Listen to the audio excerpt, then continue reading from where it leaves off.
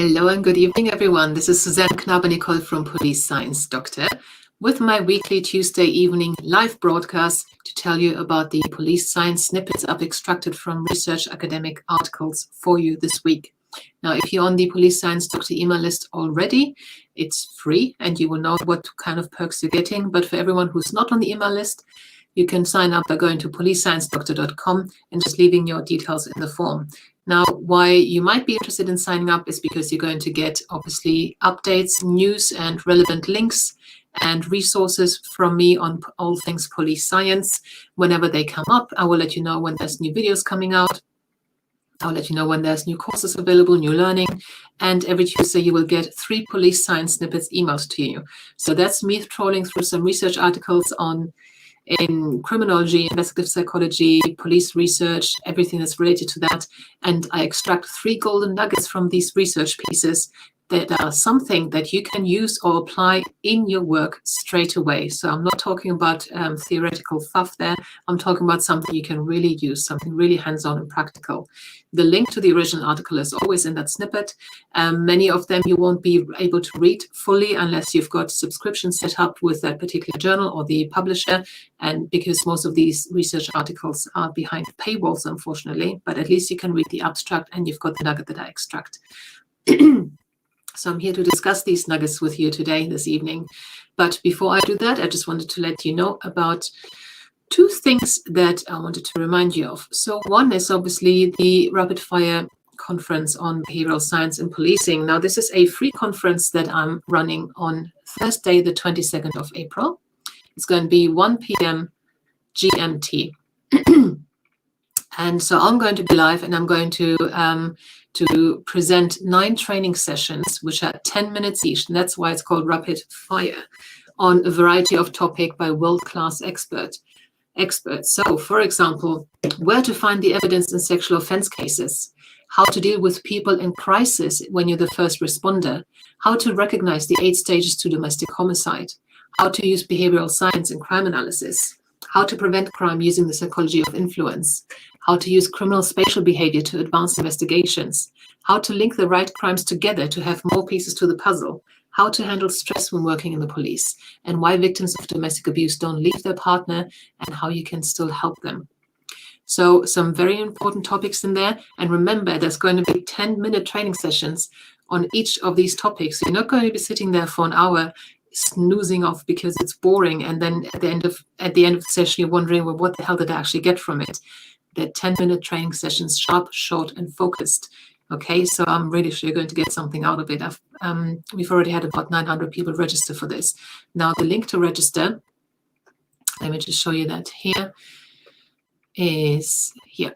So go to policesciencedoctor.com, RFC.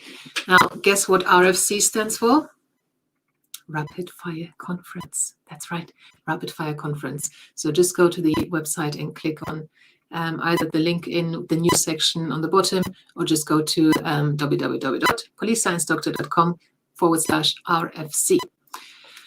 Right, the other thing I wanted to let you know about is that I've got a first feature-length course coming up in the Police Science Doctor Academy. It's going to be launching in May, and the reason why I'm already talking to you about it so early and why it's open for pre-registration is because I think there's going to be a lot of interest from police HR departments and police wellbeing officers, police wellbeing staff, who are in charge of basically looking after the workforce, because the workforce are what makes the police agency.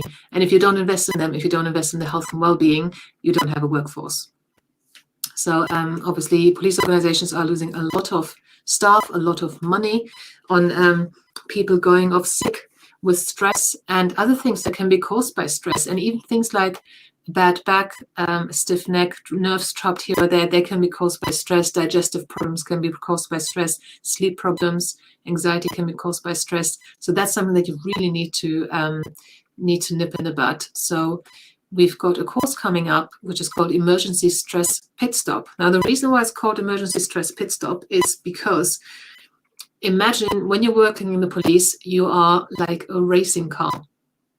You're going round and round the tracks, and it's very important that you stay in the race, because your job is to help other people. Your job is to keep other people safe. Your job is to protect people from themselves or each other. Now, when you've got a flat tire or when you've run out of fuel, how the heck are you going to do that? You can't carry on in the race. You need to pull over. You need to get your tires fixed. You need to get the tank refueled. You need to get this done. You need to get that done. And that's what this course does for you. The emergency stress pit stop is the first step. And maybe that's all you need in actually helping you stress and anxiety on the job, or about the job, or caused by the job, whatever it is. Now, the lady who's actually facilitating or training this course, she's someone really, really qualified. She was a frontline police officer for over 21 years. She herself went to hell and back. She was already almost in the process of committing suicide, and it was just her dog, the knowledge that nobody would be there to look after her dog when she was gone, that pulled her back. She had a really long road to recovery, but she's now left the police, and she actually got a qualification in how to make that road shorter. So not everybody has to struggle on their own like she did. So she's a qualified and accredited health coach, and she specializes in police officers and frontline staff in policing, emergency response workers, and she helps them through stress. So that's Ginny McKenna. She's the one who's doing this course. You can already pre-book that if you go to, let me show you this one now, policesciencedoctor.com, GM1. GM1 is basically Ginny McKenna 1, and it's the first course we're doing together. So that's something to already speak to your HR department about, because if they want to send a whole lot of people, a whole bunch of officers onto that course, it will probably take them quite a little while to get that all signed off with people higher up. Now, are you ready for the police science snippets? Right, here we go. This is week 16 of me doing these police science snippets, and I know that people really, really appreciate them, so I'm going to carry on doing them. It's always good to receive some encouragement. So the first point is about interviewing. Now we're actually talking about interviewing witnesses in here as an example. Research suggests that using open questions and the cognitive interview model works best to increase accurate recall during an interview. I've already mentioned the cognitive interview on here before. So the cognitive interview is an amazing technique that you need to be trained in to use it, because a witness's or even a suspect's or a victim's memory are very, very, very fragile. And it's not like you just open something and you pull out some photographs or videos and you get an exact recall and replay of what happened. It doesn't work like that with memory. If you do it wrongly, you can influence the memory and change the memory of the person you're asking questions. So you have to be trained in interviewing, and you have to be trained in doing the cognitive interview. The cognitive interview takes into account how memory was encoded at the time the person was experiencing the incident. And they try to create the best possible conditions for the person to accurately recall as much correct information as possible. And one of those factors is open questions. So an open question is one where there's no specific answer expected. So tell me, describe to me, show me, explain, whatever it may be. These are open questions because, you know, the person could explain this, they could explain that. In contrast, a closed question is where there's a certain answer expected. Was it the red car or the blue car?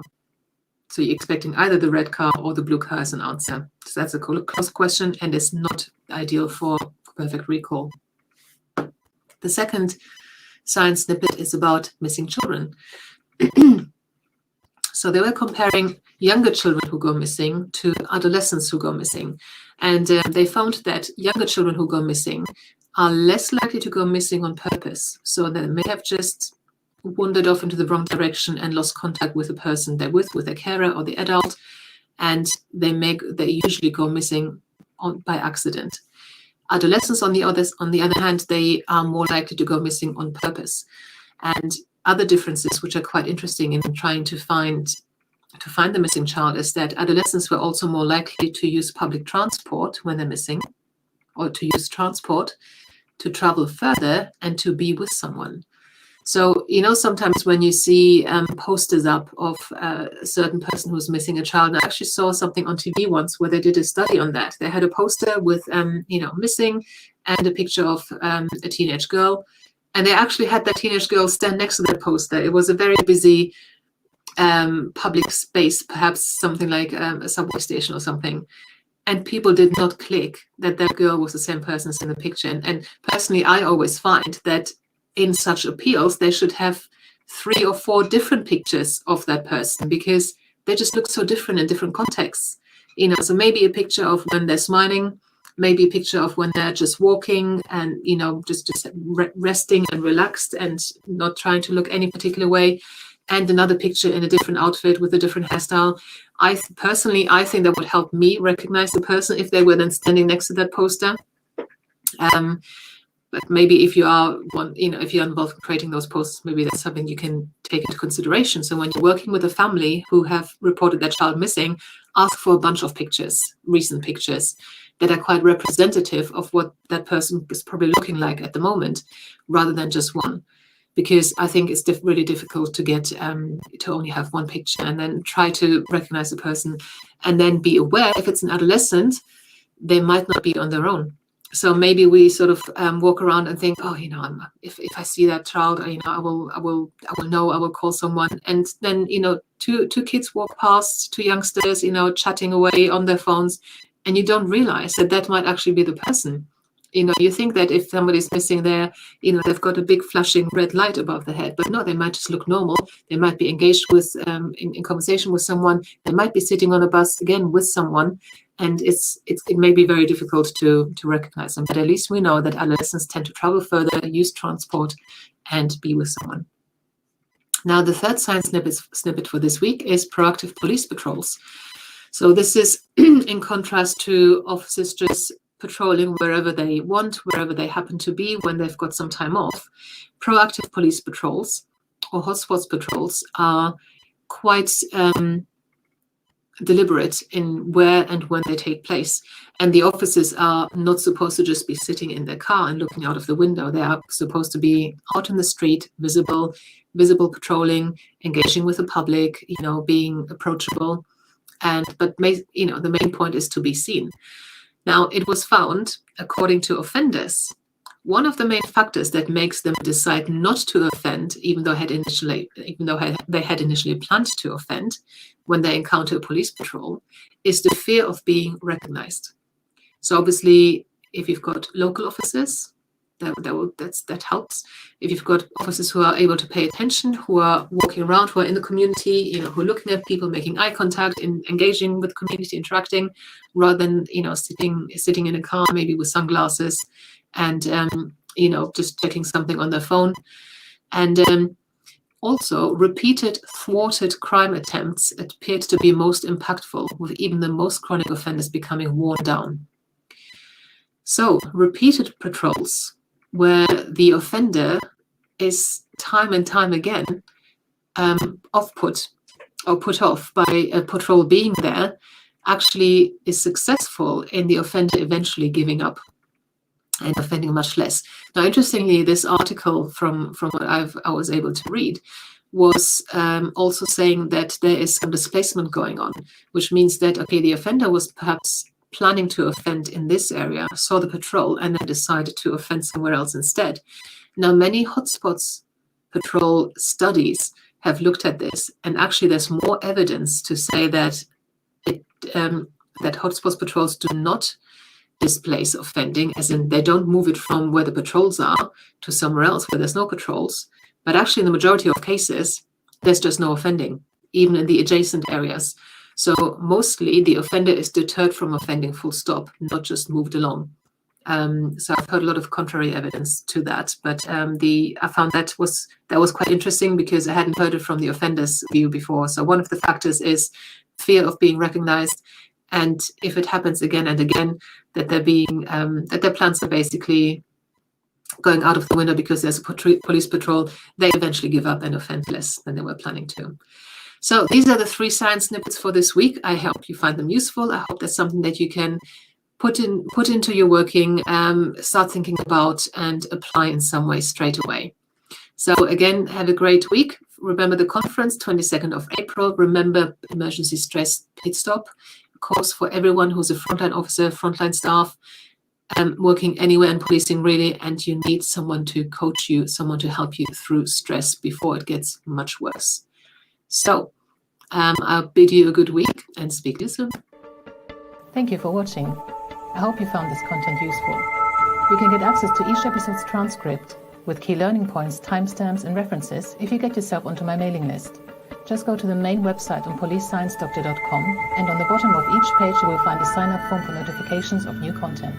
Just enter your first name, your preferred email address, and the type of organization you work for.